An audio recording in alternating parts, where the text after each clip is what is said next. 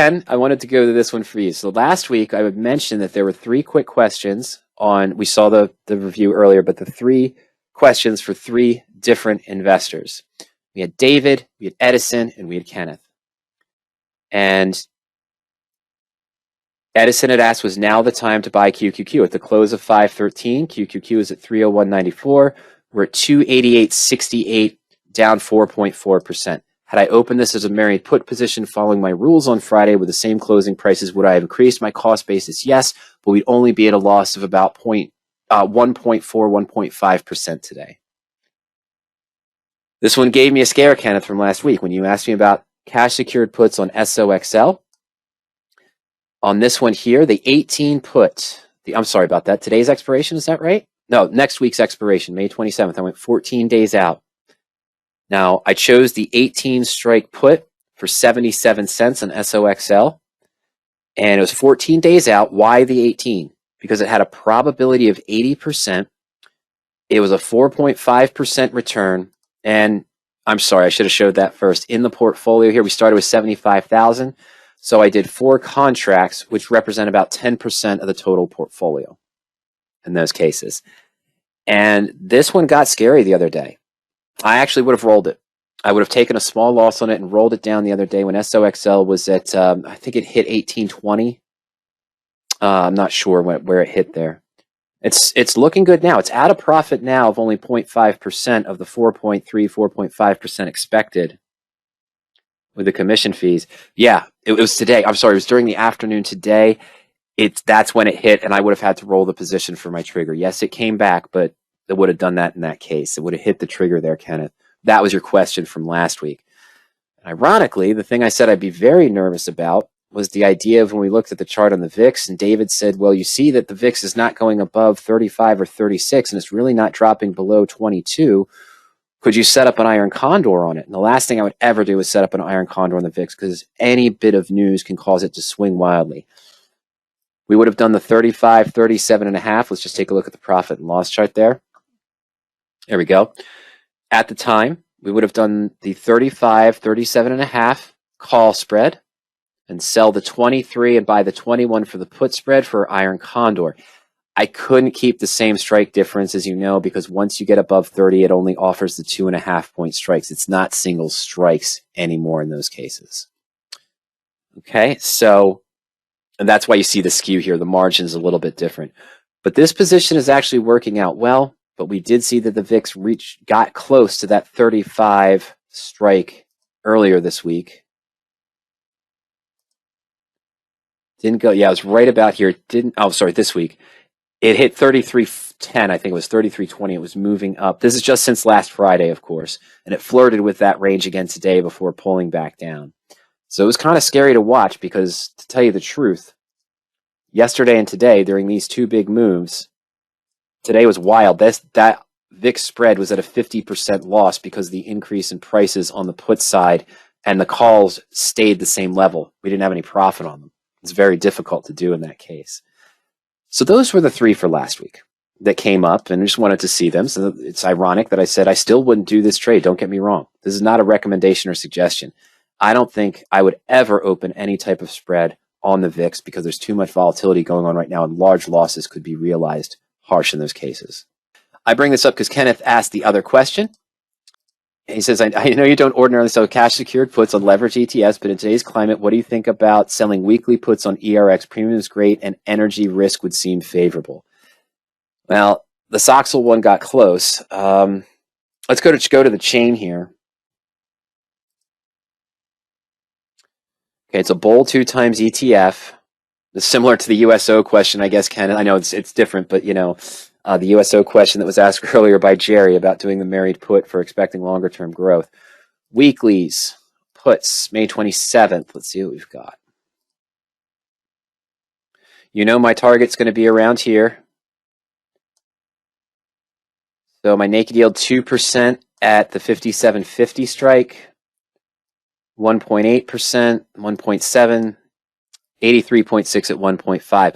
I'm going to be honest with you, Kenneth. This is what I would look for. I love these premiums. I hate to say it that way. But yeah, if I can get on a 1 week out naked put that's about close to 10% out of the money, but it is on a double. It is on a 2x, so we got to keep that in mind. It has an 83.6% probability and a 1.5% return. Normally on a static position, more secure, less volatility, not a double, of course, Kenneth. We're looking around 0.7 or 0.8. So this is right along the line. Taking into account that it is a double, could swing against me quickly, is right along the lines of what I look for. Normally, we'd be 5 or 6% out of the money with a 75 to 85% probability, a 0.7, 0.8% return. Some of the search results to come up for the weekly puts in this case. Again, if you're comfortable with energy, it's got a good premium. It's weekly, so you've got a lot of choices to roll to, Kenneth. But again, it's a double. So swings can happen big. This is a favorable swing for you, but this swing back here, when was that? April 25th, 24th, and 26th. Man, it went from 62 in one day down to 58, down to 54, and then gapped down below 51 or hit 51 roughly. Then it moved right back up, but then boom. What is this? 62 to where we are right about now, down to 54 in one day. And I was just looking at the 58 strike, wasn't I? The 56 strike. So that would be in the money. All right, so there's been a lot of movement, a lot of activity there, Kenneth. You got to be careful with that on these positions. Yes, the premium is great. Yes, you could even go further out of the money and just get a 1% return, but expect to see some of those moves. We saw twice in the last 2 weeks where the stock has moved from 62 down to about 56 and 62 down to about 54. So that's what you're in store for in these positions. I know you know that. Take the good with the bad. You can go deeper out of the money if you want, higher probability, 12, 15, 13, 17% out of the money, still maybe getting a 1% premium. When we just look at it, you got 0.8%, 27% out of the money. Well, you're not getting midpoint on a zero bid. Let's look at the 51 strike. It's a 0.6% return, 97% probability, and 18% out of the money, roughly. Okay. Our 1% yield is here at the 53, 53, 50 strikes. 93%, 92%, 13%, 14% of the money. But again, we just saw that 2 times in the last couple of weeks, that level has been flirted with this stock from 62 all the way down from some news that came out on the energy. You're going to see wild swings in that. Got to have a strong stomach to either hold on and not overreact and overtrade the position, Kenneth. That's one of the main reasons why I don't necessarily like the 2x and 3x ETFs. And it's because even though I talk about a trading plan, even though I stay within my trading plan for any of the strategies I use in my personal trading accounts and combined as an overall umbrella, and yes, Don, I did get your email, but the question you asked about further discussing the trading plan and a trading plan for different markets, that's almost a whole product in itself.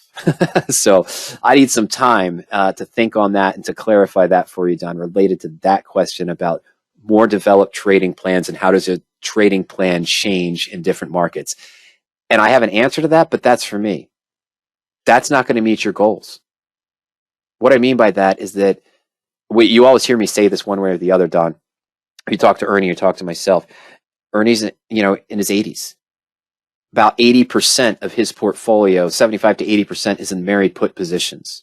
Only about 50% of my portfolio is in married put positions, and I'm doing other dangerous things because I can afford to do that right now. Playing with a smaller amount of money, and I'm not near retirement. I'm about 30, 40 years away from retirement. So it's a trade-off. Yes, Ernie still makes money from trading. Ernie still makes money from the company, still gets paid, but that's where it is in that case. So, Kenneth, that's the only way I can answer it, because I can't give you direct trading advice. You know what you're looking at. You know what's possible on any given day with these positions.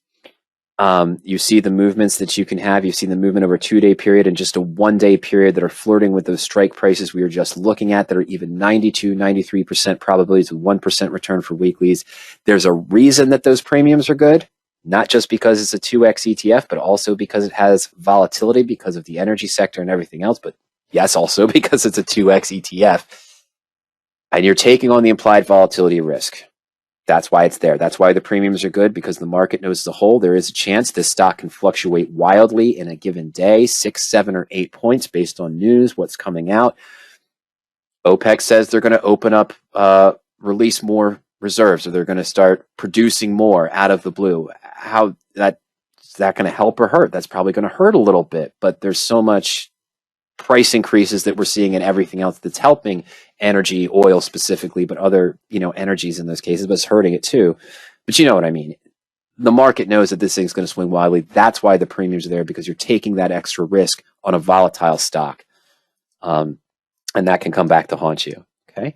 And as I say that, the SOXL position that you mentioned last week, you saw the metrics that I took there in the notes. I put those in for myself, but that's what I'd normally look for. 7 to 14 days. I'm still looking for a 75 to 80% probability. It still offered a 4.5% return in this case. And it's at a small profit level right now. It was at a loss yesterday. And I would have rolled it when it hit the 18 strike. My 1% roll. I would have closed this, taken a loss, and rolled it down to a lower strike, maybe the June 3rd, 16, or something along those lines, which would be looking good right now. But SOXL still got hurt, as I kind of warned you against last week.